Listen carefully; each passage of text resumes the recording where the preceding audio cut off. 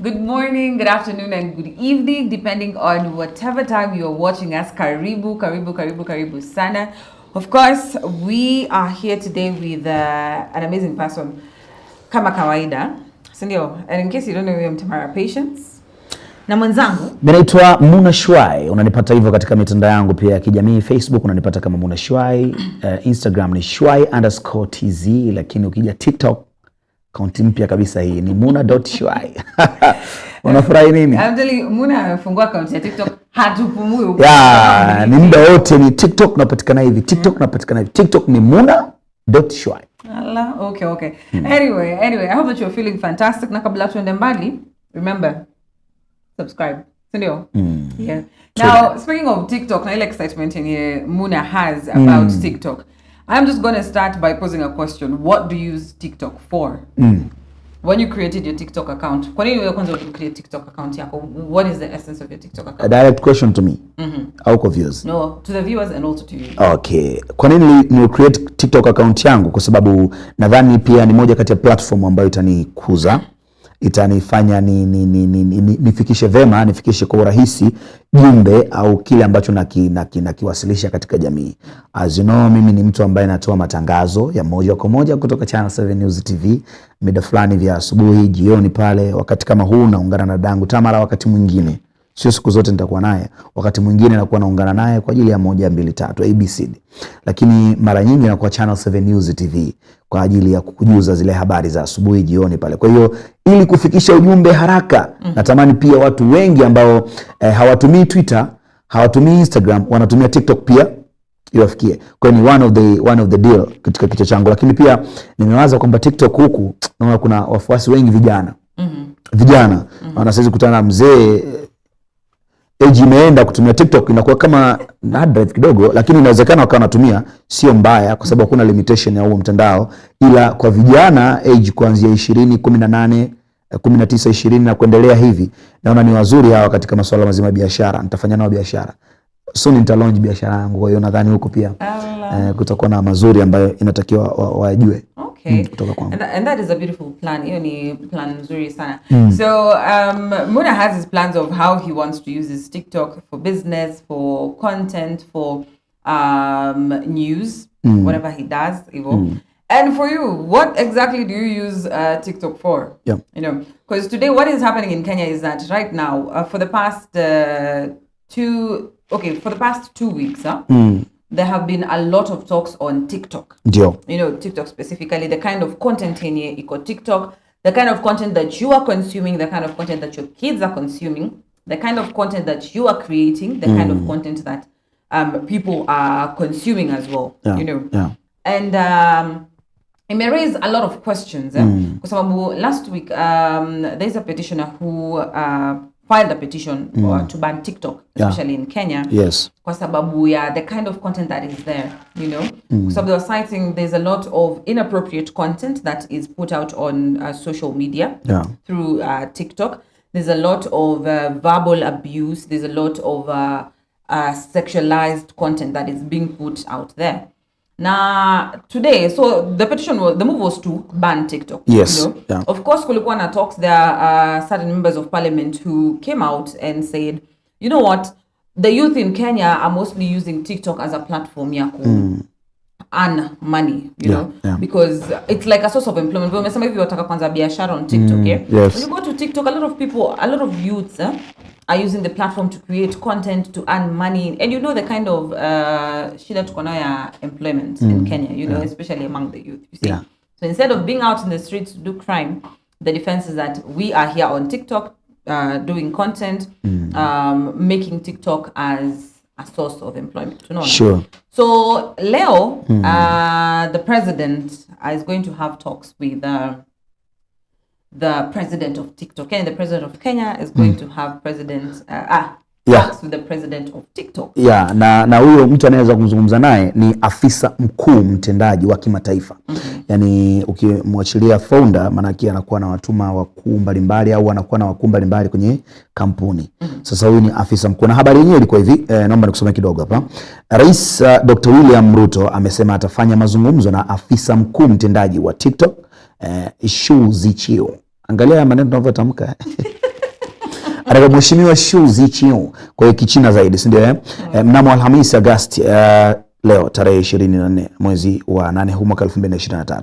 Haya yanajiri siku chache tu baada ya malalamishi katika bunge kupiga marufuku matumizi ya mtandao wa kijamii wa TikTok, na akisema unachangia, bunge likiwa wabunge mbalimbali wanasema ukichangia mtandao huu unachangia kuenea kwa maudhui yanayopotosha jamii. Lakini akizungumza Jumatano jana wakati akiwakaribisha wanafunzi waliotia fora katika mashindano mbalimbali kitaifa muziki makala ya mwaka 2023 katika ikulu ya Nakuru jana, Mheshimiwa Rais Ruto amesema kuwa mazungumzo hayo yanalenga kudhibiti maudhui yanayopeperushwa kwenye mtandao huo wa kijamii kwa maana ya TikTok. Lakini pia aidha, lengo ni kuzima maudhui ya kuibua hisia za picha chafu au ngono kwa lengo la kuwalinda watoto wadogo ambao huenda wakakutana na video hizo chafu kwenye jukwaa. Kwa hiyo anasema, nitazungumza na mkuu wa TikTok Alhamisi ili kudhibiti na kupunguza maudhui hasi kwenye jukwaa hilo. Hivyo ndivyo alivyosema Mheshimiwa Rais, na leo watakuwa kwenye mazungumzo na Mheshimiwa Xu Ziqiu. Emphasis on that. Lazima the accent ingetokea. Xu Ziqiu. Yani kuna namna lazima upronounce ya maneno. Na kama huna meno ya juu, maneno ya Kichina au majina ya Kichina ni ngumu sana kuyatamka. True. So venye Muna amesoma hapo, unajua amenifanya mpaka nika dive into for a moment there. I thought I was listening to news. Of course I am listening to news. Yeah. But yeah, it felt like I'm listening to news 100%, but it makes a lot of sense that the president wants to meet with the president of TikTok. Yes. First of all, mostly to enhance relations. But ikikuja hapa hivi sector ya now the kind of content, because Juicy, we also had like more of a similar talk about the kind of content that is being put on TikTok, you know, and how the content pin is regulated, unaona, ama like moderation. Is there a way in which una feel it can happen, ama can be done, something that can be done to ensure that ikifika ile masaa yetu tulisema ni saa 5 kuanzia 4:30 wale watu wenye wanafanya hizo vitu, those people who like post the explicit content, abusive content, hizo vitu kama hizo, like they can be dealt with so that we can make the internet a safe space. So make TikTok a safe space, especially in Kenya. Yeah, sure. Yeah, what I think is like sidhani kama itakuwa banned. Sidhani.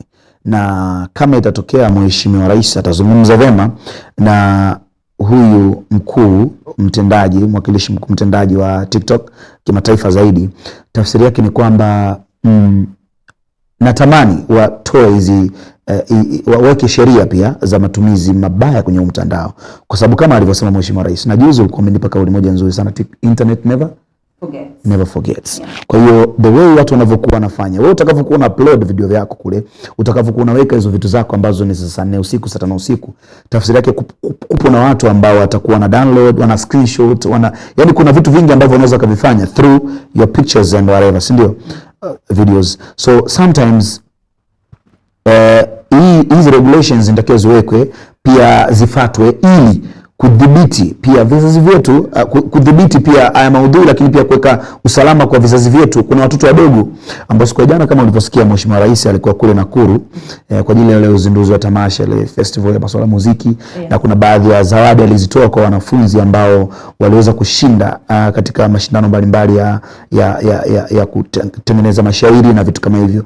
Sasa alikuwa anazungumza na watoto wadogo. Wakati huo kuna vitu kama hivyo vya TikTok vina rise. Hawa watoto wanakuwa, lakini wakati huo pia wazazi tuko free pia kwa watoto wetu. Tunawapa simu wanazitumia, tunawapa internet wanatumia. Wakitazama hizi vitu wanajifunza nini? Wanajifunza vitu vipya. Manake yupo mtoto ambaye ana miaka 15, 16 hajui chochote kinachoendelea kupitia masuala haya ya utu uzima au ukubwa. Sasa wewe unapokuwa unatengeneza vitu vichafu kwenye mtandao wa kijamii, mtoto atakavyoviona anaona kumbe kuna hili, kumbe kuna jambo hili, kumbe inawezekana hivi. Watu wanajifunza mifano mizuri na mibaya. Kwa hiyo end of the day unachokizungumza Tamara ni kwamba mimi kwanza nasihi TikTok kina Zinchi huu, naomba pia wakae vizuri na Mheshimiwa Rais, waweke hizi sheria ipasavyo, lakini pia wadhibiti hawa watu wanaotumia hivi, ikiwezekana kuwepo kabisa na tuseme hatua za kisheria. Mtu akionekana anafanya uchafu kupitiliza, matukio machafu kupitiliza, msiwazuie watoto na dance bana. Na mnaweza mkaweka sheria zenu za mavazi. Hakuna mtu mwenye akili timamu ataka dance uchi. Hata akivaa kichupi au kiingo kifupi basi mwacha dance. Lakini hawa wanaotuonyesha sa utupu, na wanapozungumza utupu lazima wake utuo lazima wake nukta. Hawa wanaotuonyesha utupu, hawa watu ndio wadhibitiwe. Na kudhibitiwa kwao manake kuna watu watajifunza mengi. Kwa hiyo tafadhali mheshimiwa rais, utakavyoenda kwa huyo mheshimiwa mkurugenzi mtendaji mkuu, basi tafadhali yazingatiwe sana haya mambo ambayo yataendana sambamba na matumizi ya TikTok, lakini kuwepo na hizo regulations ambazo zinapanga kuwekwa. But pia the question that is being raised as well, for example, una create content, and you put it on social media, you know, uko, let's say Canada or in the US. But as a person who's in Kenya, I am able to like consume ile content on my post. Regulations pia, unajua tukisema regulations pia, the kind of content yenye na consume na yenye is being created in Kenya, it does not only mean that Kenyans are the ones who are creating such content, or the ones who are consuming such content. So it affects the whole world. It's like a global issue. And TikTok is so big and it's a good platform. It has a lot of benefits. You know. But then again, we ask ourselves the question, how are they going to do it? Because in my case, I'm like, any single time you find something has been posted or something has been created in terms of content, that's when you ukiangalia vizuri unaona and your content hi-fi, ban the account, you know. But then again, I was telling one of my colleagues today, we were discussing about it, nikamwambia labda wale kule juu, the ones who are dealing with TikTok, they don't understand Kiswahili, you know, sababu most of the Roskoko content that is being sold is sold in Kiswahili. Yeah, sure. So they don't know if it's bad content, so that they can, you know, like do away with it. But they should set regulations towards that. Because I have there's someone who was telling me he creates content, African content, and was like, he was complaining my video has been banned because has been banned by TikTok. Yes.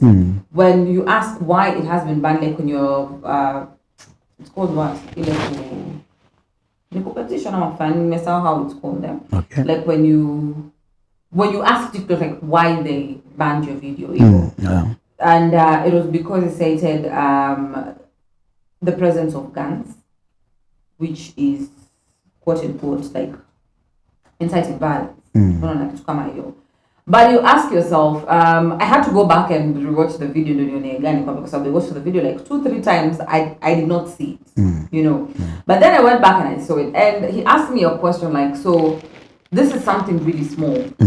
I've seen other people posting massive videos and it's gonna guns, people shooting people, other people posting explicit content evil, and none of them has been banned. None of the videos have been banned. The videos are present on TikTok.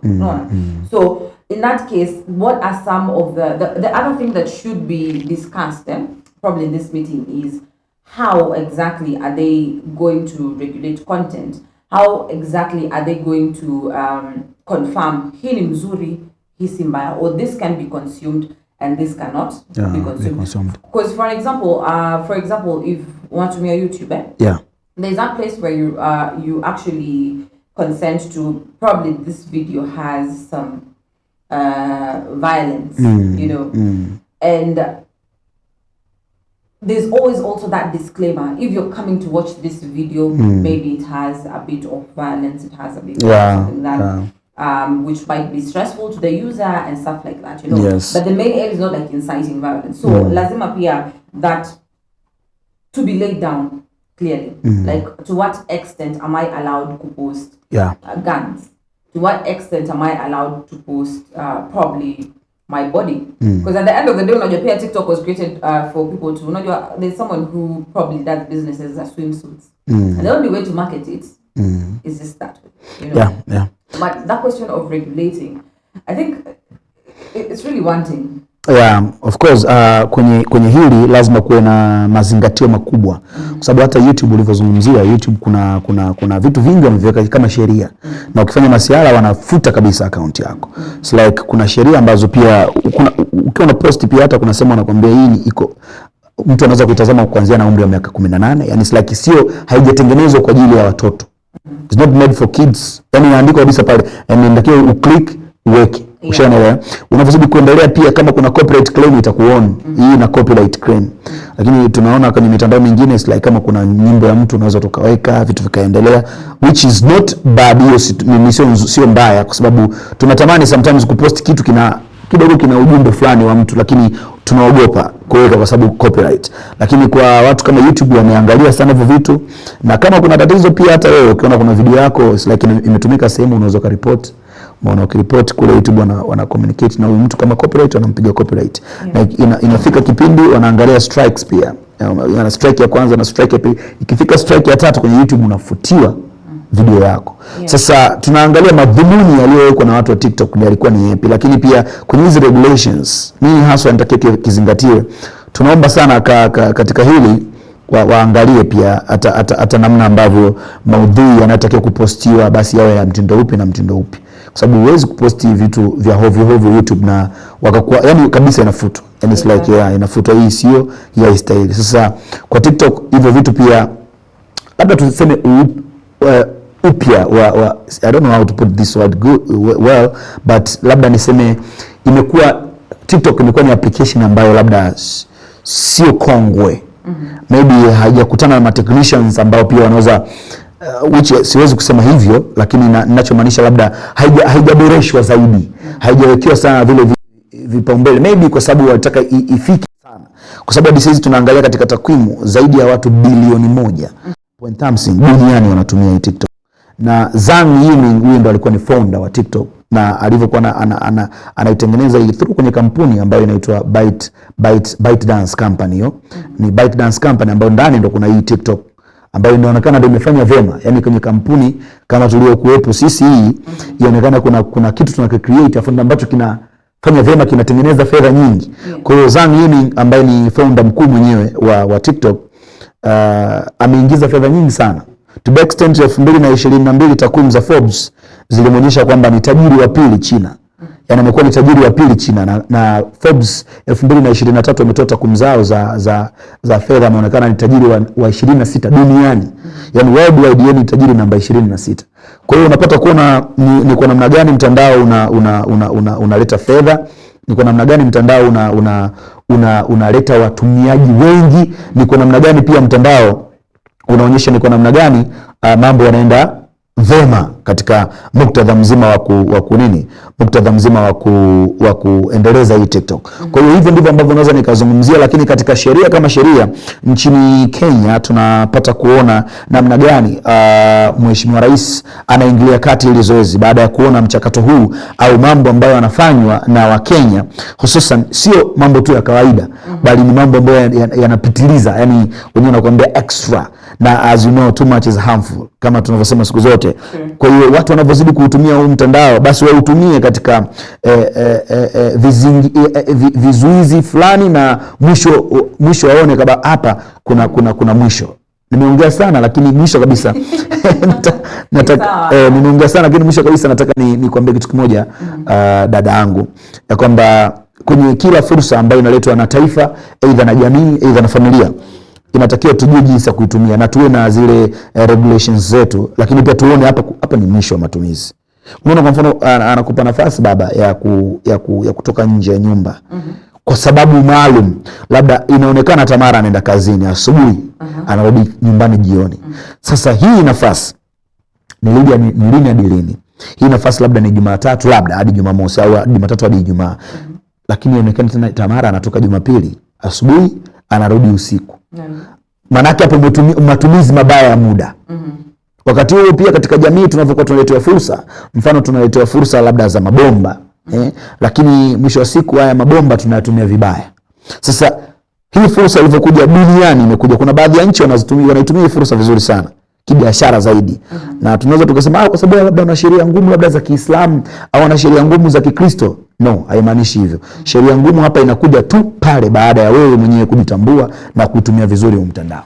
Facts, man, facts. And the same way, like tukimalizia, kama kwa watoto, for example, I've seen it even with my siblings. Nakumbuka juzi nikikuuliza, my siblings created TikTok accounts. Yes. Ukiniambia, mbona nisaidia na simu, you take your phone, you create your own TikTok account, you know. They should also find a way in which, kama mtoto, when you are trying to possibly or probably create an account, lazima kukue, if like a code, you know, or a way to know that an adult is the one mwenye ana login or mwenye ana create account, so that kama ni mtoto ana login, lazima ikue through an adult, kwa sababu I know there is the feature where as a parent, they have the kids feature, and you are able to create a page for your child, you know. But what if this, unajua siku hizi pia tunaitwa vifaranga vya computer. Yeah, vifaranga vya computer. People, children are digitally like literate, vibaya sana, you know. But they should also create a way, because I feel so insecure, for example. Nimekaa chini and I hear my kids watching, not my kids, Allah. That's the statement for 5 years to come. I hear my siblings, for example, watching videos. Maybe okay, sitting room and I'm in the bedroom. And in my head, I keep on asking myself the question, what are they consuming? You know, what are they consuming? Because it's there, it's very much present. Ni kama, for example, wacha nisende uko hiyo ni example mbaya. Unajua ulivyokuwa unazungumzia hivyo Tamara, cancel me. Ulivyokuwa unazungumzia hivyo kuna picha imekuja juu hapa haraka tu imekuja picha. Wanaweza kwa sababu teknolojia is yani teknolojia is more modern. Yes, nisemeje? Kwa sababu uwezo kama walikuwa wanaweza kutengeneza kitu ambacho kinatukutanisha dunia inatukutanisha. Yani it's like kuna baadhi ya sentence ambazo Waswahili wanasema dunia ipo kiganjani. It's like it's very easy me communicate na mtu yuko UK right now. It's very easy to communicate na mtu ambaye yuko sio Malaysia wapi huko, si ndio? It's very easy. Sasa inakuaje? Kwa mfano mtu ana create account. Mbona kwa mfano kuna muda ukitaka kukopa fedha kwenye mitandao, sasa sisi wakopaji sisi. Kwenye mitandao it's like unaweza kuambia tunataka proof yako. Oh yes. It's like you have to upload pale labda kitambulisho. Kitambulisho chako cha taifa una upload pale ID. Ukisha upload ID wanakuambia labda kuna ile nyingine majina kamili ya kwako, majina ya mashahidi zako. Unaweza kumweka pale Tamara Willia au ndo mashahidi zangu mkopo wangu. End of the day wanataka kuona sura yako pale. You see? Sasa kama ku create account it's very easy hivyo. Kama mtoto unamjua vipi? Hata kama mtoto akidanganya bana hii account na create ya kaka yangu Joseph. Muda ule, tunataka muda ule unapokuwa na create. Kuna ile wanaita face nini sijui. Face ID. Pale it's like face ID inakuja Joseph atokee pale ili kumalizike na hiyo nini. Haitawezekana kama Joseph atakuwa tayari kumcreate account mdogo wake mwenye umri wa miaka 12 ili afanyie nini. Kwa hiyo it will be very easy. It's like TikTok wenyewe atasema tunataka face ID. Face ID ya Joseph hawezi kuja pale. Kwa hiyo itabidi yule mtoto tamlazimisha atafute sura sasa ya mtu mzima ndo atakapoitoa atajua hapo. Exactly, and that is yani it's a good way. Yeah, it's a good way. So probably when the president is talking to the TikTok president as well, probably those are some of the measures they could put in place. But to you, our viewers, mtazamaji, kwa maoni yako, what do you think should come out from the talks that are going to happen today in regards to TikTok, in regards to how to moderate the kind of content yenye inatoka TikTok, you know?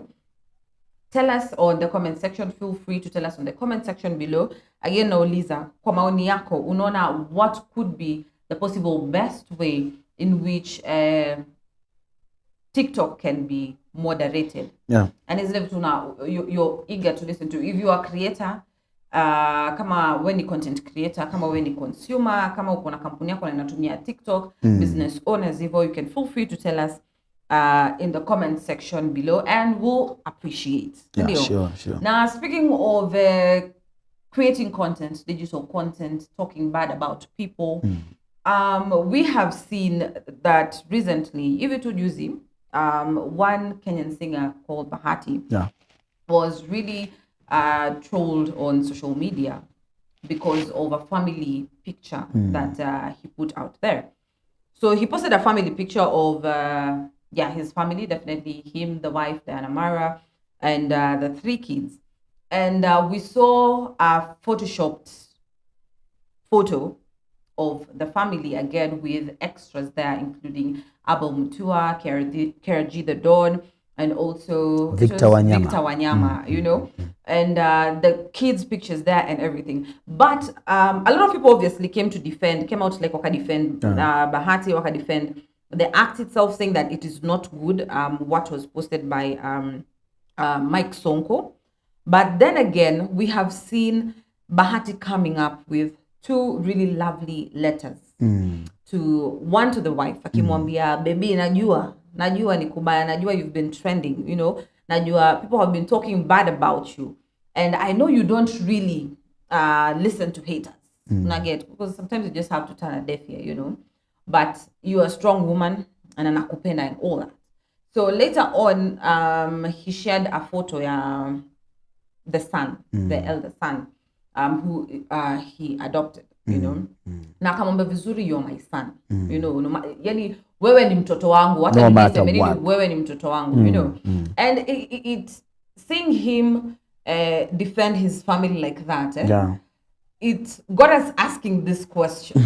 What does it really take to be a man? Kwa sababu watu wengine, mtu mwingine ungeona picha kama hiyo imetrend nini, probably you also start questioning your wife, you know. But sasa kwako na kupozea hii sasa ni kwako tu, kwa sababu I don't know what it takes to be a man, I know what it takes to be a lady. Sure. What does it take to be a man? Ufahamu sasa hapo, Tamara, kuna vitu viwili vya kuvizungumzia. Umezungumzia a man, lakini tumuangalie pia a man wa mitandao. Oh yes. You see? Mitandao, yes. Sasa hapo ndo utakuja kujua kwamba it's like inatakiwa uwe hapa kichwani uwe sawa. Yaani kichwa chako lazima kiwe kimeendana na vile unavyovifanya. Na ukiwa unakurupuka, it's like ukiwa unaanza jambo kwa kutokuliwekea regulations, tafsiri yake ndio utakuwa unafeli nalo. Ndio maana kuna tafsiri ya kitu kinaitwa team au uongozi katika jambo fulani. You see, inawezekana maamuzi haya unayoona wewe, barua uliyoiona wewe, au yale maandiko uliyoona wewe Bahati hajaandika yeye. Inawezekana kwa asilimia zote. Inawezekana timu yake, inawezekana management, kuna mshauri tu mwenye akili. Vitu vikitokea kama hivi anasema Bahati, akili hiyo unayo kufanya hivyo. Lakini what you have to do, fanya hivi. Sasa hivyo ndio maana ya kutumia social medias. Sio umekurupuka tu na kamera, tumeenda kununua kamera, unaanza kushoot content za ajabu, unafanya hivi. Tafsiri yake huna hata ushauri, huna hata mtu ambaye role model wako. Inaweza role model wako akawa ni mpuzi tu mmoja, naye anakuwa na kuinspire vitu kama hivyo. Lakini angalia utaratibu uliotokea hapa. Kabla tujalizungumzia hilo jambo, linyangalia Bahati the way alivyo reply to kitu, alivyochukua, alivyohandle the situation, alivyo act kama baba wa familia na vitu kama hivyo. Kampoza mke wake, ambaye mke wangu tulia, kuna hili. Lakini anajua baada ya hii post, baada ya haya maisha ya kuzungumzwa hapa siku 2 3 wiki 2 ukiwa trend na vitu kama hivyo, maisha mengine yataendelea. Yataendelea katika situation gani? Kutakuwa na amani kwenye nyumba, kutakuwa na vurugu, au kutakuwa na kuachana? Manake ametoka mbali na mke wake, wana history, wana watoto 3 saizi Naam. Wana watoto 3 kwenye familia. Sasa nini kitokee? Nini kifanyike? Bahati arudi nyuma? Haiwezekani. Ameamua kaya, asimame kama mzazi, asimame kama baba. Hivyo ndivyo ambavyo inatakiwa situation tuzihandle wanaume. Kwa hiyo ukiwa kama mwanaume, uko uliko jipige kifuani, sema mimi kitokea kama Bahati nitahandle hivyo. Ukiwa kama mwanaume, ujipige kifuani. Producer wangu namuona anajipiga kifuani pale. Jipige kifuani, afsema mimi kama Bahati tu kitokea basi nitafanya hivyo. Iko hivyo, Tamara. Kwenye situation kama hizi sio tu Bahati na watoto 4 sio 3. Sawa. Tamara, situation kama hizi zinawatokea mara nyingine hata wanawake. Tujifunze kuhandle situations. Tujifunze kuwa wavumilivu. Tujifunze kuwa na hofu ya Mungu. Hapo utakutana na vitu viwili ambavyo vitatu ambavyo vimejiunga pamoja, maana yake unasimama kama mwanadamu. Binadamu yote aliumbwa kwenye hii dunia akosi mapungufu. Binadamu wote tuna mapungufu. Lakini mapungufu yetu tunayatumiaje kwenye society? Mapungufu yetu tunayaonyesha vipi kwenye society? Kuna watu wana hasira, lakini hasira zao mara nyingi huwa zinakuwa hazionekani mbele ya watu, kwa sababu tu ile wanaweza kuhandle.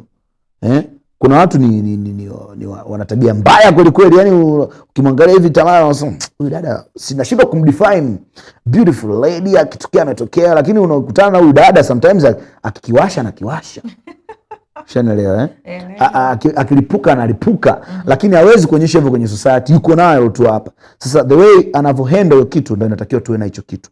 Kwa hiyo ni mfano wa kuigwa. Bahati ni mtu ambaye anatakiwa aigwe, sio tu kwa sisi watu wa kawaida, bali hata kwa public figures, kwa watu maarufu, wasanii wenzake pia waone ni mfano wa kuigwa. Situation kama ingemtokea mtu kama Eric Omondi angechukua vipi hatujui. Lakini situation kama ingemtokea mtu kama KRG angechukua vipi hatujui. Kwa hiyo inatakiwa tujue Bahati ameonyesha mfano bora, mfano mzuri Tamara. Na wewe sasa let me ask you now, let me put you in the picture. Yeah. Uko hapo umeamka tu siku moja, you go to the page ya Channel 7 News, hapo unapata you're the one who's trending. Unaona? Like hivyo muona na trend na news kama hiyo kama tu exactly kama ya Bahati, you're there, your family is there, you know. Alafu kuna hiyo question mark ya mtoto ni wako. Hizo how would you handle the situation? For sure, nikiwa kama binadamu kwa mara ya kwanza nitashtuka na nitajisikia vibaya, lakini kama tunazungumza kwa vitendo, hatuzungumzi kwa kufurahisha tu mtazamaji. Sisi tunazungumza kwa vitendo. Mimi nitakachokifanya ni kurelax. Mwanangu huyo labda awe mpya, ila kama mwanangu huyo ninayemjua mimi, huyu ni mwanangu, copyright, huyu ni mtoto wangu, huyu ni copyright, lakini pia ni DNA kabisa imekubali. Imekubali. Sasa kama atakuwa ni mpya na ambaye sijafanana naye, lakini pia kufanana naye sio mchongo sana Unaweza kufanana na mtoto wako lakini ikawa bado sio wako hapo sijui, lakini labda. Tamara, mimi nitakachokifanya nitarelax sana, lakini pia nitamkumbuka sana Mungu muda huo. Mungu, hebu nionyeshe njia bana Mungu. Kwa sababu yeye ndo mjuzi wa kila kitu. Kwa sababu hapa end of the day ukikurupuka, ukizingua hapo unaharibu. Yaani unakuwa unaharibu kila kitu. Kwa hiyo of course Tamara, kuna mengi yataweza kuendelea, lakini nitaumia na itaumiza, lakini wakati huo pia nitafanya subra. To the extent nitajaribu kuangalia sasa vile vidhibiti, kama ni DNA basi tutajua tunapimaje hapo na mambo mengine yaendelee. Okay. That is how typically any human being Nikikugeuzia kibao na ungekuwa ni mke wa Bahati. What if? Ungekuwa mke wa Bahati. Unaona tu exactly how Diana Marwa ana behave. I'd be very much unbothered. Kwa sababu at the end of the day, kwanza I'll be mad. Nitakasirika kwa sababu then nikwambia, why are you putting my kids on the internet? Like when it comes to such things. Kwa nini wakati ame excel kwa shule na nimepost kwa social media, why are you not posting that my child has excelled in school? You know, wakati amepata a brand endorsement for example, kwa siku hizi unajua watu wanazaliwa wakiwa CEO, brand ambassador unaona. You're one day old evil. Why are you not posting about that? Why are you trolling my kids na vitu? Kwa unajua vile tumesema, the internet never forgets. This is something my kid is going to consume 5 years, 6 years. Just squeezy kids hata 6 years, they're very mature. Mtoto atakuuliza, mami, mbona nani alisema kwa internet wewe si nani si baba yangu, you know. And then another thing is that these kids interact with other kids, for example in school, you know. And social media watu wana consume, you know. Now imagine walking in school, you just want to have a normal life, but now you're the talk in school as well, unaona.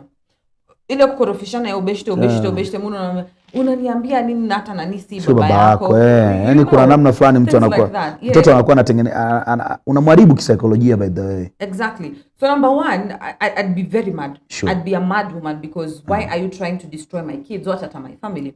Number two, that is trying to destroy someone's family. Unaona? Kwa sababu unimaje mtu umekaa chini, you took your time, went and photoshopped an image of other people, you know, with my kid. Yeah.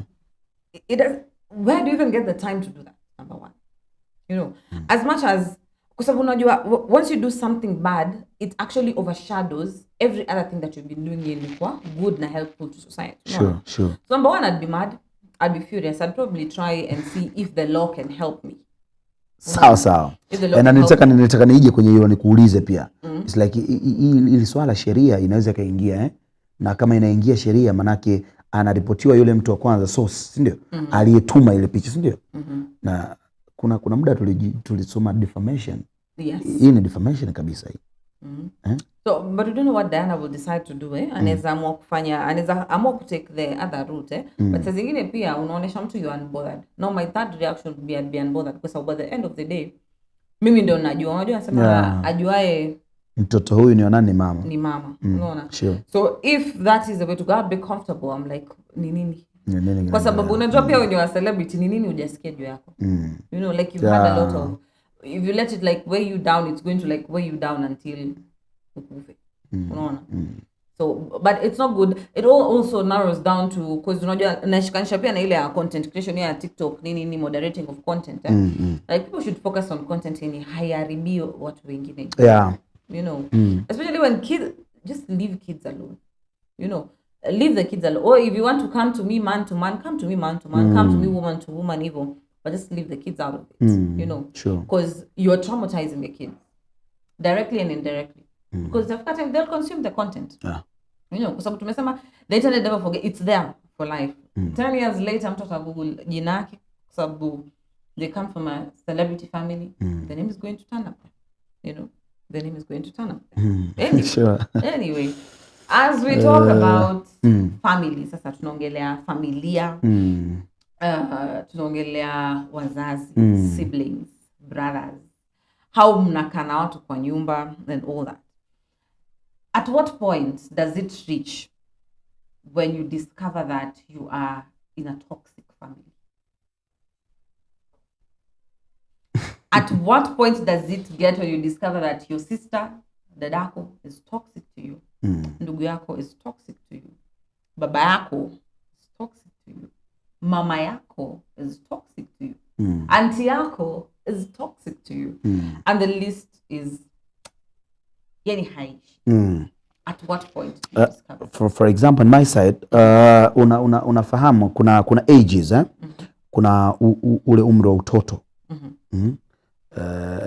Tuseme tu chini ya miaka 16, 15 hivi. Kuna utoto fulani unakuepo, kuna vitu ukifanyiwa na familia yako, labda mama au baba, unaweza kuona mbona kama sio hivi, mbona kama ni mtu hatari sana kwangu. Lakini ule ulikuwa utoto, kwa sababu mimi nakumbuka kuna baadhi ya case ambazo nilikuwa nazifikisha kwa baba moja kwa moja. Afu baba alikuwa akizichomoa zile kesi, yani suppose zingatia. Mimi namuona huyu baba vipi, mbona hivi, unaona Kwa mfano kuna siku moja nilikuwa niko form 4 and then form 3 by the way, dada yangu mdogo ananifuata mimi, ni dada yangu alikuwa yuko darasa la 6 kitu kama hicho.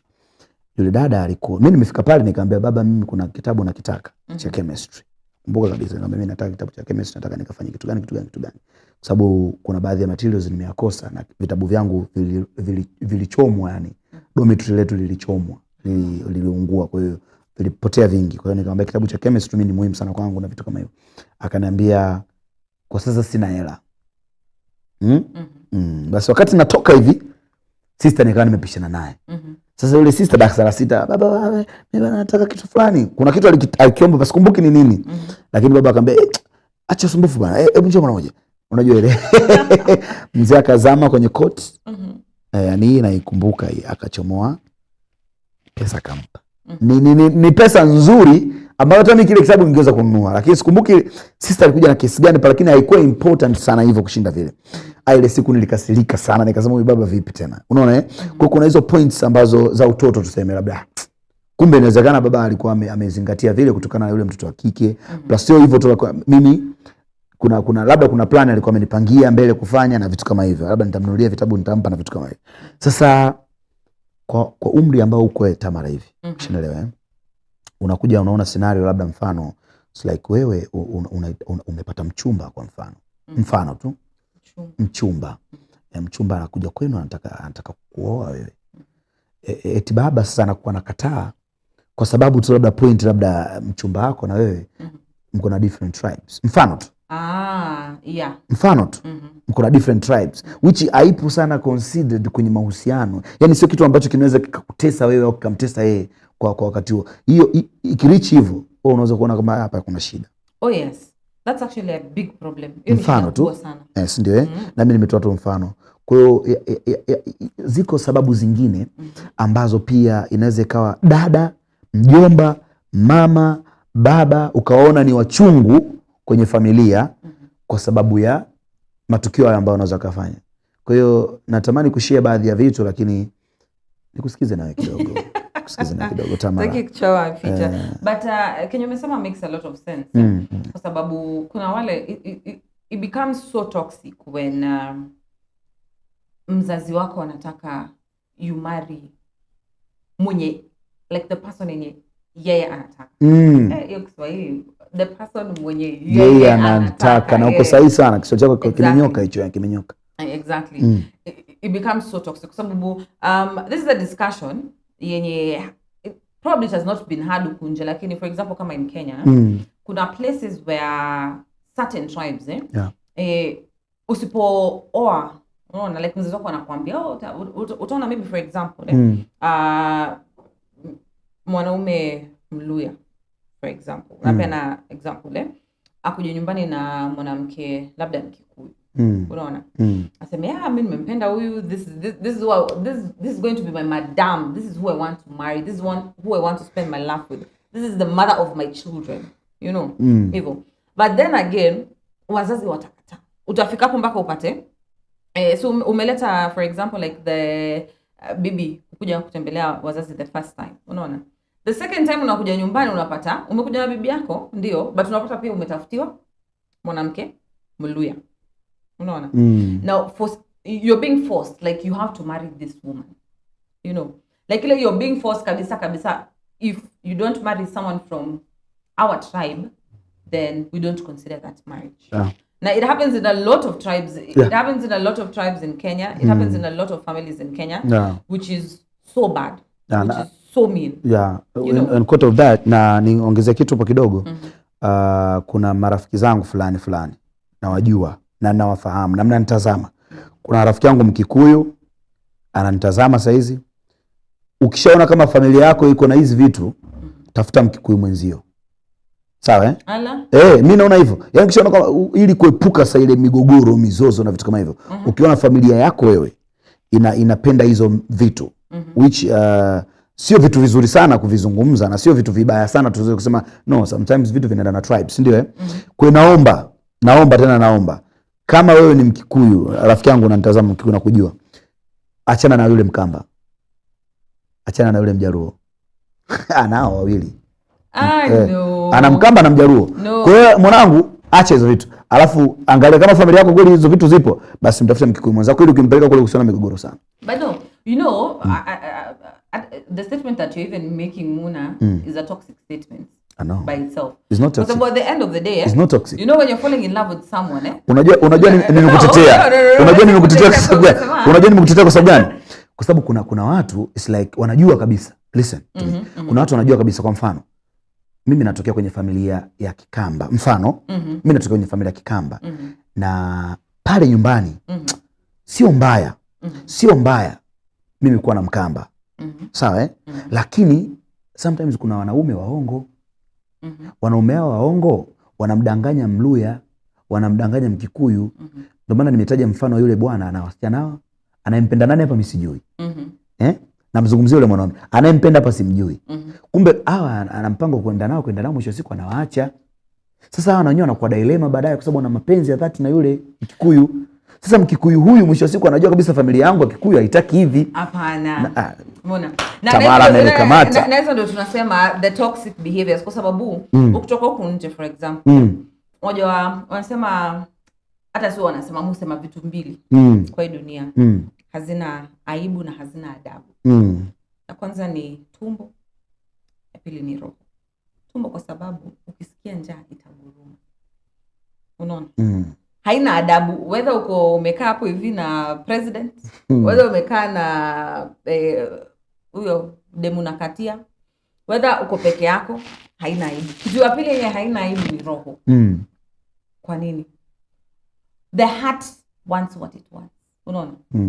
Utapenda msichana mwembamba, utapenda msichana mnene, utapenda mwenye anakaa sura personal, utapenda ule mrembo, kwa sababu have you ever gone to a wedding? Ushaenda harusi, uko na bwana na bibi harusi, ukajiuliza sasa huyu aliona nini kwa huyu? Unaona? Na sasa unaona hapo a very very very very handsome man. Kijana barobaro, mnasema hivyo, mwenye miraba minne. Misuli tinginya. Tubia Kiswahili ya shule. Misuli tinginya. Hivyo. Alafu unaangalia mkeo for example.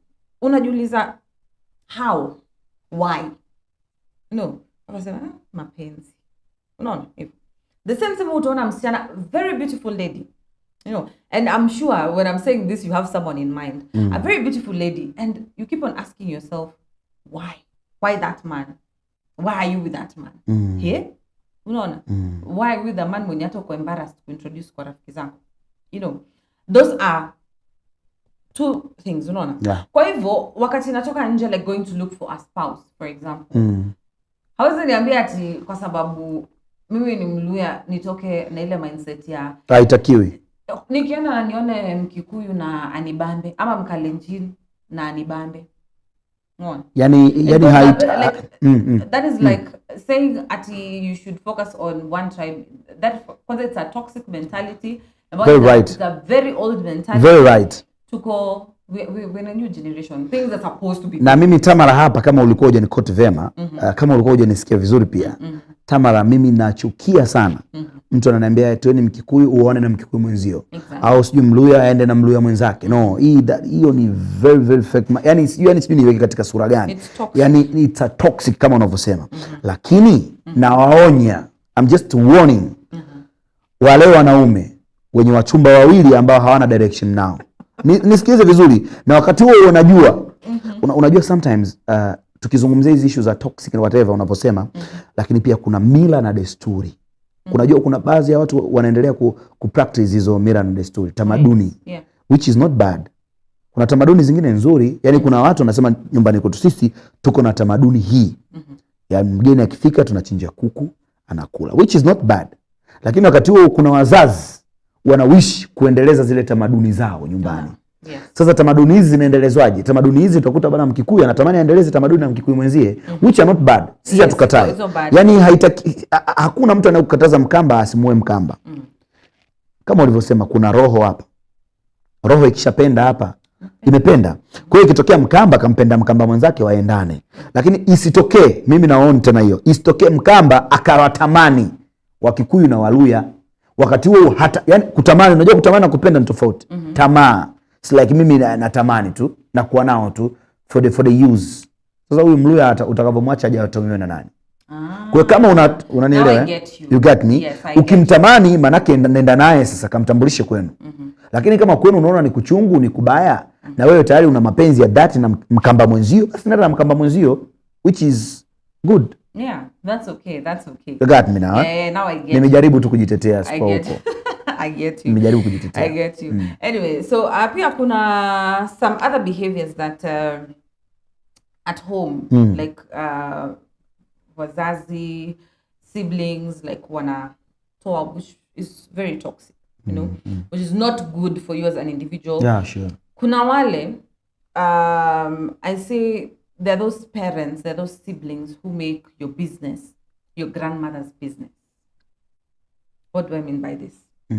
Unajua wakati mwingine you have your plans yenye you tell your family unataka ishie hapo. Mimi nikikwambia mpango zangu ni hizi, ishie hapo. Unaona? Nika for example you talking to your lover or your partner. Na unamwambia kuna kitu nataka kufanya, maybe kuna hii biashara nataka kufanya nini hivyo. Kidogo kidogo ule nyanyako wasijui Timbuktu sijui wapi anajua what is happening. Unaona? Na wewe intent yako it is not to let everyone know what is happening. Kwa sababu unajua si kila mtu like anakutakia mema. Yeah, sure. No, not everybody like wants you to prosper, wants your things to like flourish and all that. Yeah, yeah. So it is so bad, it is so disrespectful mimi kukuambia kitu and then you let the whole world know. Yeah, you know. Yeah. And hapa naweza share like a very personal example. Like I talked to my mom. So I told her, Mom, if there's one thing I don't like, kwanza ukinijua I don't like my business being announced. You know, because number one, inanipatia a lot of unnecessary pressure. Unaona? Number two, si kila mtu unajua ananitakia mema. Yes, Unaona? yes. Now an example, let me give an example. So there's a time you're working at a media house. Unaona? So for example, kama tu saizi, sio? I'm here, umekaa nyumbani, mzazi amefurahi, mtoto wangu wako Kenya News Alert, nini hivyo. Kidogo kidogo, mimi nikikuja hapa, yes, I do not deny, for example, we are out there. You know, we are putting ourselves out there, we're putting content out there. But nikikuja hapa, nimekwambia vizuri, I don't want everyone to know. Yeah. You know, if they have to know, let it be through the content they see. Yes. You know. Yeah. Lakini kidogo kidogo dunia mzima inajua Tamara ako hapa na hapa na hapa. Hii ndio kitu wanafanya. Na maendeleo yake amesema next month anasafiri na Dubai. Sasa kidogo kidogo inakuwa pepere. Ndio hiyo. Kidogo kidogo another relative is calling you. Unaona, Tamara, naona siku hizo uko kwa screen, si unitumie pesa. Nimelala njaa. Sijui mtoto wangu anataka school fees. You know, like inakuja inahaba like a lot of expectations from people kwa sababu uko mahali fulani kama inamfanyikia. Yeah. He deserves it. Ni mgonjwa. And kwa sababu alinitusi. You know, things like that. And don't take it as a small case because hii inapelekea hadi kifo. Yes. You know, sometimes unaweza ukachukulia mfano wa Tamara kauzungumza. Tamara is like she's working pale, anafanya pale kazi Kenya News Alert na anafanya pia Channel 7 News TV. Sasa unakutana Channel 7 News TV, Kenya News Alert, mbona makampuni makubwa kwenye media. So watu wanaanza kumchukulia kwa ukubwa to the extent wakati mwingine anaweza kata na shida ndogo tu. Exactly. Lakini kwanza yeye akaona aibu kuitamka kutokana na mmeshajua masiri yake hivyo. Lakini pili inawezekana akataka msaada ambao anastahili kusaidiwa, lakini anasema huyu anatuchocha tu huyu. Huyu anatupima sisi. Huyu kweli anataka hivyo. Ushaona Lakini tu mbali na hivyo wenyewe wanakuambia kwenye vitu vya khairi vya neema haitaki kuvipublish. Kwa mfano, leo hii Tamara akapata bado anaendelea, kuna mambo anahangaikia. Inawezekana scholarship ikaja muda wote kutoka USA. Sasa hii ndo kuchocha, hii ndo nani yenyewe. Hii haitaki kuitangaza hii. Nishasema jamani. Nisamee. Hii haitakiwi hii. Haikutakiwa kabisa kama kujua. Sasa mfano nataka nieleze, unajua kuna ndugu fulani Waislamu wanasema ukipata kheri, kwa mfano una mtoto mdogo amezaliwa. Yule mtoto atapita mikononi mwa watu wengi. Kuna ile namna mtoto wako, jamani ana mtoto mzuri. Sasa wenyewe wanakuambia kijicho ni haki. Waislamu wanasema kijicho ni haki. Yaani mtu ana jicho na ni yake kutazama, lakini hichi kijicho kinaweza kuwa na dua baya. Kama mtoto wake mzuri, jamani mzuri. Pale kuna dua tunatakiwa wasome pale. Yaani kwamba wenyewe wanakuambia, unasema hasbunallahu wa ni'mal wakil. Tafsiri yake ni kwamba Mwenyezi Mungu ndo mbora na mjuzi wa mambo. Tafsiri yake ni kwamba pia Mwenyezi Mungu ndo anaweka ulinzi kwa huyu mtu. Hata ukipita sehemu, Tamara umependeza. Don't take it as like sifa. Just say Mwenyezi Mungu amenisaidie tu, kwa sababu kuna wengine wanakutazama kwa jicho baya. Kwa hivyo ndivyo ambavyo mipango inatakiwa tuifanye. Sasa wale wenye vijicho, wale wenye kutangaza haya mambo pia inatakiwa wawe na hiyo kitu kabla. Ndio maana kuna kauli ya Kiswahili nasema wewe una koromeo. Unaona hii koromeo hili kwa mtoto kiume una koromeo, kuna kitu nataka nikwambie. Unaona? Yaani hii tafsiri yake ni kwamba kutunza siri. Yaani mimi nimekuja kwenu nikamwambia bana nadhani kuna mzigo unaingia kesho. Mzigo gani? Bana kuna madini, nimefanya biashara madini ya mafano wa Kongo, kesho naingia Nairobi na kupokea pale Jomo Kenyatta. Kanalo kwa sababu utakayemwambia inawezekana akanichukulia mimi kwenye sura nyingine, mwisho siku napigwa shaba na dondoka, tumekosa. Kwa hiyo jifunzeni kukaa na hivyo vitu. Unyamaze. Siri. If it should not be anyone else's business, jiweke kwa biashara. You just keep it low key. Tunakuna wale wenye utawaambia mimi sipendi. Lakini they still do it. Which is so wrong. Now, speaking of toxic family behaviors, nyingine ni kuna wale hii sana is with parents. The parents who feel like kuongelesha watoto vibaya and beating them is actually a mode of discipline. Tawafanya wakue respectable people in society, good people in society, which is sorrow. Unaona? Kwa sababu I feel like kuna line, like there's a line between disciplining a child and traumatizing a child and becoming a toxic parent. Unaona? Like there's a very very thin line between that. Unaona? And kuna wale wazazi wenye they're very like kama size, let me tell you.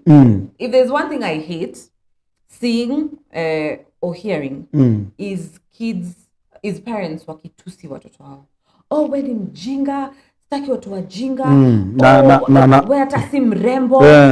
You know. Yeah, na kwa upande wa kina mama, mfano wakina mama waga sometimes wakikaa na watoto wanaanza kufanisha majina ya upande wa kina baba zao. Mwangalie kichwa chake kama shangazi yake, mtoto mpaka anajisikia shangazi yangu mimi. Huyu shangazi yangu mimi sio ndugu yake, mama sio wifi yake. Yaani hakuna undugu kati ya mama na shangazi. Mwangalie kwanza, msula kama bibi yake mzaa baba. Yaani hapo wanakuchapa hiyo. Msula kama bibi yake mzaa baba. Kwa nini Waswahili zina hit different? And the point ya hiyo naomba niongezee pia kwa stepmothers and stepfathers. Yaani unajua ukishakuwa mzazi ni mzazi. It's like mimi sasa niungane damu na msichana mwingine wakati una mtoto. Huyu nimeshampa mamlaka ya kuwa kama mama wa mwanangu. Though sio mama wa mwanangu mzazi. Ila kuwa stepmother, it doesn't mean wewe ni stepmother. Wewe ni mama wa mtoto wangu. That's why huduma ambazo mimi nilistahili kumpa mke wangu, yule mtoto mama wa mwanangu, na kupa wewe. So act kama mtoto wako, ukiact kama mtoto wako, trust me, huyu mtoto pia atakuona wewe ni mama. Lakini ukishaona baba kasafiri, wewe ndio unachukua hiyo nafasi ya huyu mtoto kumnyanyasa. Unachukua hiyo nafasi ya huyu mtoto kumfanyia vibaya, which is not good. Lakini pia hata huyu mzazi pia kuna baadhi ya vitu anatamani kufanya na wewe, atashindwa kutokana na mtoto wake. Unamleaje wewe? Si ndio? True. So true. Na pia kuna wengine, I call them species, yani kuna relatives, kuna family members wenye ni waongo. Liars. Yani hata akikohoa anakohoa tu uongo. You know, and I'm 100% sure there's a family member uko nayo mwenye akona hiyo tabia. Also, you also have a family member with that tabia, which is so toxic. Yani ni waongo. Huyo ni ule mtu mwenye mpaka ni muongo. Yani hadi akisema anaumwa na kichwa. Hata kama anaumwa na kichwa hautaamini. Unaona? Ni ule mtu unatapata sana like these liars, like these family members who are liars. Ni ule mwenye atatoka hapa, for example. We are having a conversation nini. Umekuja na rafiki, just a friend. Unaona, I'm not talking about a partner. You know, just a friend. Let me even give a good example. For example, you are talking with okay, saizi tunafanya kazi na wewe, si ndio? And then you have a sister or an aunt, you know. Okay, so what has happened today, just saying, you were video calling your partner, si ndio? You guys were talking, and you turned the phone to say, Tamara, and Tamara tunafanya show, and I just did this, you know, na iko hivyo, si ndio? Kuna ile urafiki, unaona, like we are work and all that. But then there's that family member mwenye utapata anaenda anaambia, for example, like your partner, ati huyu simoni vizuri. Unaona, you know, like things like always feeding with lies. You know, jeopardizing like everything. Unaona, unaanza wewe ndio unakuwa the shaker wa kushake relationships za watu. You go and lie to like about stuff. Unaona, huko nje. Nimetoka hata kwao hawana kitu kwa nyumba. You know, those kinds of like relatives. Na wanakera, wanaboa to the extent unaona wanaweza kusababisha hata conflict kwenye family. Exactly. Kwa sababu watu wa mtindo huu pia, mimi nakumbuka kipindi kwa dogo tulikuwa tunaishi familia kubwa, yani like baba, mama, auntie, nani. Nilikuwa na makazini wangu hao wawili, siwezi kwa sawa. Mmoja alikuwa kiume, mmoja wa kike. Wa kike alikuwa mkubwa to the extent alikuwa anaweza kupika. Sasa yule wa kiume yule mwingine, different mother and different father, lakini wote ni makazi kwa upande wangu mimi. Huyu ni mtoto wa baba yangu mkubwa, huyu mtoto ni wa aunti yangu. Kwa hiyo hivyo. Sasa yule wa kiume yule alikuwa na tabia udokozi. Akaona kitu anadokoa, anakula. Sasa kuna kipindi unaona mchele kabla hujapika ubwabu. So unaweza ukaoloweka hivi ukapata kitu kama maji kidogo ukalainika. Sasa yule alikuwa anaupenda ule, anauchukua afu anaweka kwenye maji, anatia na sukari. Anakoroga, anakula, na yani kwa namna fulani alikuwa anatengeneza mixer yake. Alikuwa ananenepa by day kupitia kitu. Kwa hiyo kuna namna ikatokea yule wa kiume akawa anamsingizia yule wa kike kwamba huyu anachukua mchele anakula. Sasa mbona hiyo hatumuoni yule sister akifanya hivyo? Lakini basi mama alikuwa anamsema sana, usifanye hivyo, tabia mbaya. Ni sasa inaonekana yule ndio tabia yake. Mwisho siku akafumaniwa, yule ndio anachukua ule mchele na sukari. Kwa hiyo mwisho wa mambo yote, sometimes nataka nizungumze, mwisho wa mambo yote, mwisho wa siku ni aibu. na ni dhambi pia. Iko mifano mingi sana katika hizi family, ndugu zetu hao katika mafamilia huko wana tabia hizo mbaya za uongo.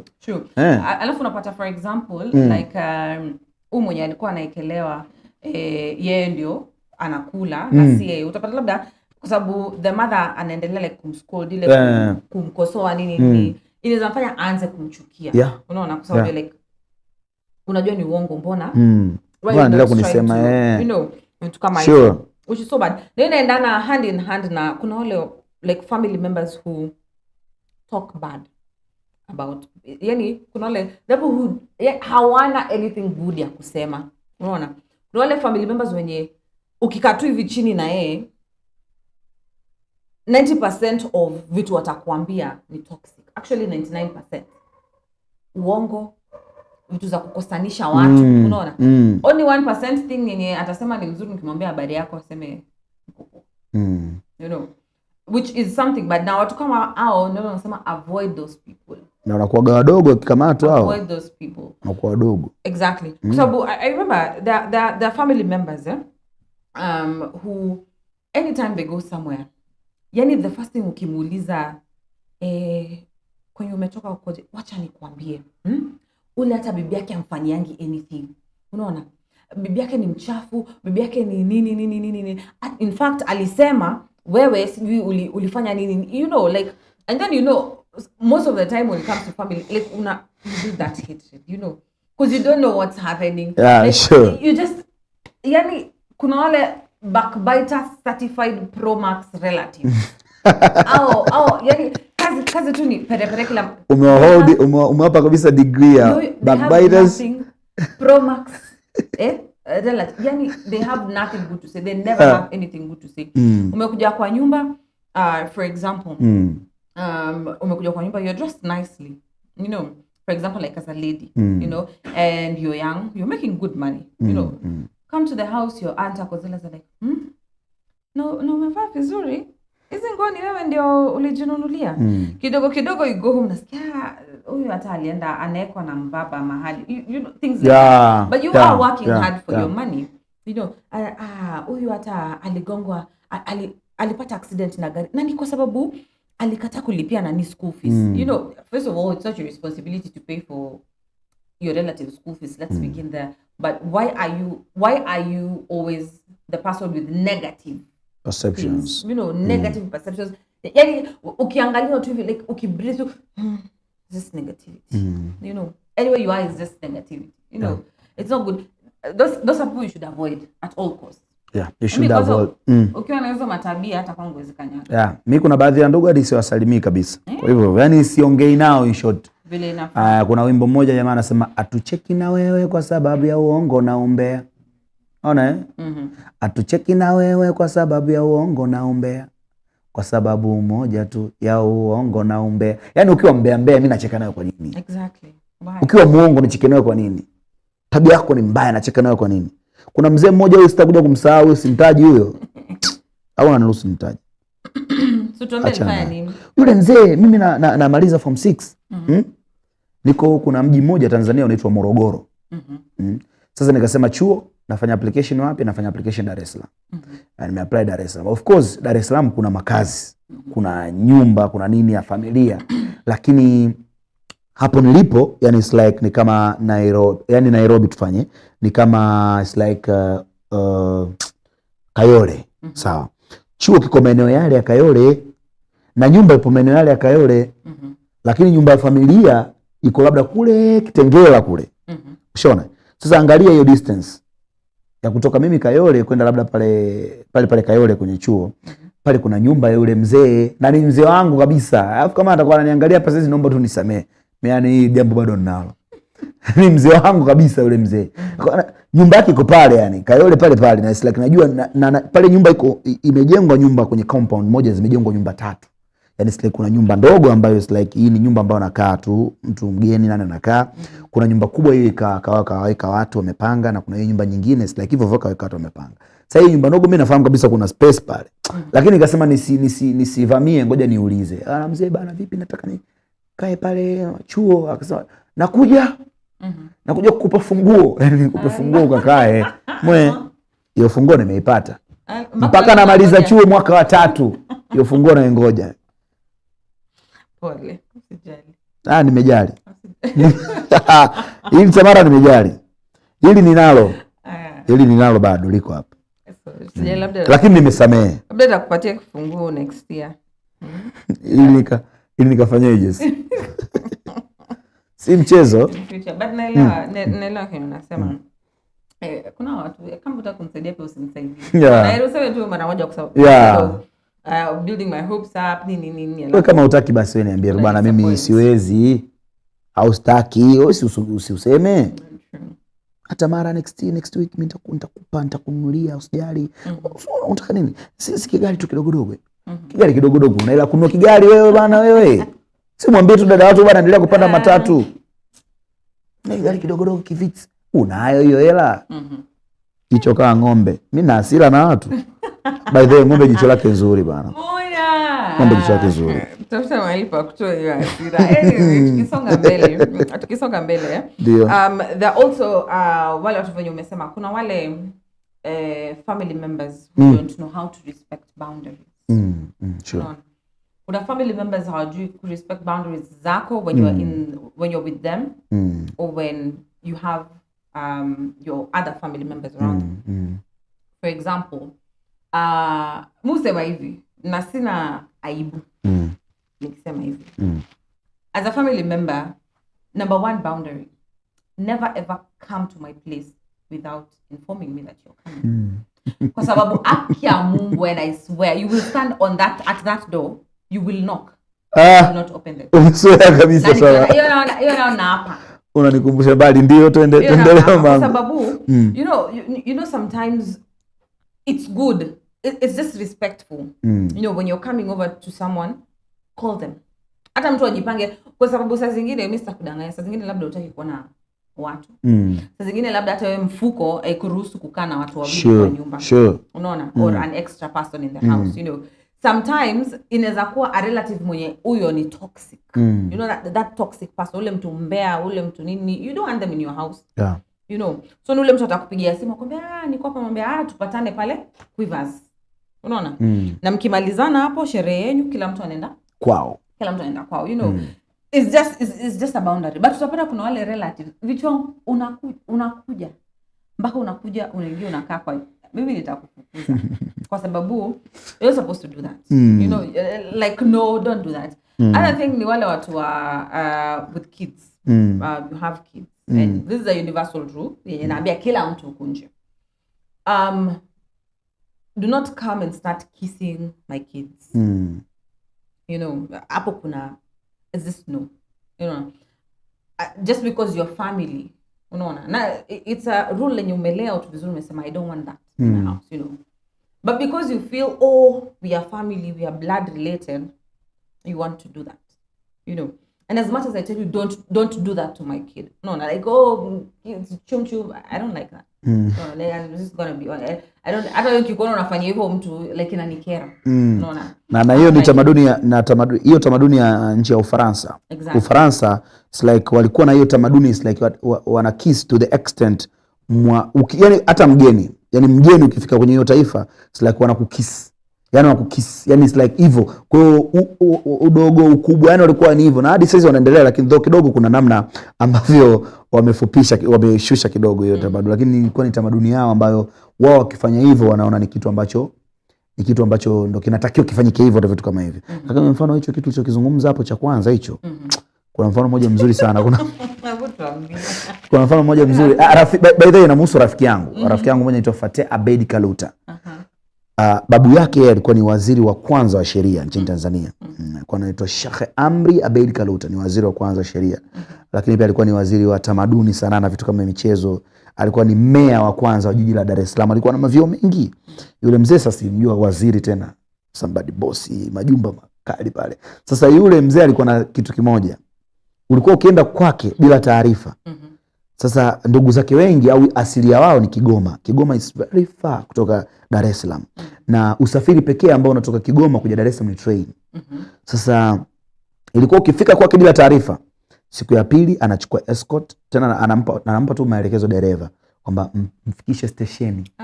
Yani na hela anakupa kabisa hela bana, sasa hii hela mfikishe stesheni, mpandishe treni, arudi Kigoma. Kigoma it's very far kutoka Dar es Salaam, very very far. Arudi Kigoma. Unatumia hata siku 2 kwenye treni kurudi Kigoma. Arudi Kigoma alafu aanze safari upya kutoka Kigoma aje Dar, lakini kwa kutoa taarifa na uje. Yani anakuambia kabisa hivyo, ndugu, na uje. Usipokuja mimi na wewe sio tena ndugu. Sikukomoi. Yani kwamba sikukomoi kwa maana hii nakufundisha kwamba inatakiwa utoe taarifa. Hii nauli ya kwenda Kigoma. Ufikishe station upande gende Kigoma. Ukifika Kigoma piga simu na kuja uje, na nauli ya kujia ni hii hapa, anakabidhi kabisa hiyo hapo. Lakini out of that inatakiwa ufanye kitu kimoja. Utakapokuwa unakuja utoe taarifa, plus usipokuja mimi na wewe tuna undugu. We are done. Yule babu alikuwa anafanya hiyo tabia. Yani sasa hapo ulipokuwa unaongea nikawa nacheka kwa sababu nakumbuka ile story yule rafiki yangu. Nasema ya babu yake alikuwa na msimamo. Na hivyo ndivyo yana. Yeah, sure. Yeah, that's how it's supposed to be, because you have to respect the boundaries, and if you don't respect the boundaries then wacha tuachane. Kila mtu tu abaki penye yake. Yani you just go your way. Na kwenye hizo boundaries pia Tamara, huko kwenye undugu, lakini tuangalie pia hata kwenye mahusiano. Yani it's like family members. Yeah. Mimi na wewe tumekuwa pamoja, tuna utani mwingi. Lakini leo mimi namleta mke wangu nyumbani kumtambulisha, usiniletee utani wa utoto ule. Mwanangu ulikuwa unajikojolea wewe. Mbele ya mke wangu unaharibu, na unajikojolea tena yani. Sasa wangu umegonga ndipo. Yani wewe umeharibu magodoro wewe. Magodoro vipi tena? Wewe ulikuwa umetengeneza picha huko nje. Unajua watu wengine, some people think wanaifanya as jokes. But the impact ni kubwa. Unaona? Impact ni kubwa kweli kweli. Impact ni kubwa sana, unaona? Kuna alafu pia kuna wale kutangaza madeni pia. Unaona? Wewe umekuja na +1 wako. Unasikia? Na ile deni ya nani, zile pesa za nani, unajua hata ukulipa vitu zingine jieke. Unaona? Ni kati yangu mimi na wewe, it does not have to involve like the whole world. Sure. Unaona? Sure. Na unajua kuna wale kuna our specifics. Kuna our specific, kwa sababu kama for example kuna relatives, you sit down with them, anytime you sit down with them, unaona? Wanaanza kukwambia, na umekaa na someone extra, wanaanza kukwambia bad things about this other person. Hapo sio nzuri hiyo. Haitakiwi. Yani haitakiwi kabisa. Mimi nimekuja na mchumba wangu hapo nyumbani, tulieni basi. Eti kwa sababu mimi binamu yako uanze kuleta mazoea na wewe. Ipo hiyo. Yani it's like unaenda na mtu wako pale na nini, anaanza kuleta mazoea. Au mimi si binamu yangu. Alafu kuna kauli ya Kiswahili inasema binamu ni kinyama cha hamu. Unajua hiyo? Yani it's like binamu yangu mimi naweza nikashare naye each and everything kwa sababu is binamu, kuzo nini. Yeah, she's my everything or he is my everything. Sasa shida inakuwa hadi kwa mke wangu. Kwa sababu mimi ni binamu yako, nataka ubinamu upitishe huku. Part of everything. Boundaries kama anavyosema Tamara. Hebu weka hiki kitu, zingatia. Yes. Otherwise tukiuvunja ukuta, ngori inaweza ikatokea hapo. Hivyo tu. Vile inafaa. And a lot of people should like understand this, you know. Boundaries si lazima, like ile toxicity, si lazima tiko ile kitu kubwa. Because unajua when someone says you're a toxic person, mostly inakuanga narrow down to wewe kuwa violent, like you being a violent person, kuchapa mtu, being verbally abusive, ile kutusi and all that. But when you mona, it's so wide, it's so huge, you know, it's so huge.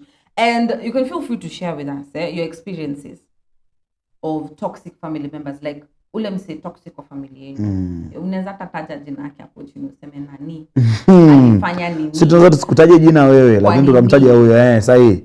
Nzuri. Just feel free, tell us, because it's therapeutic to unwind, you know, and tell us. Na naona time is also going on it's not on our side. We have 3 minutes to go, you know.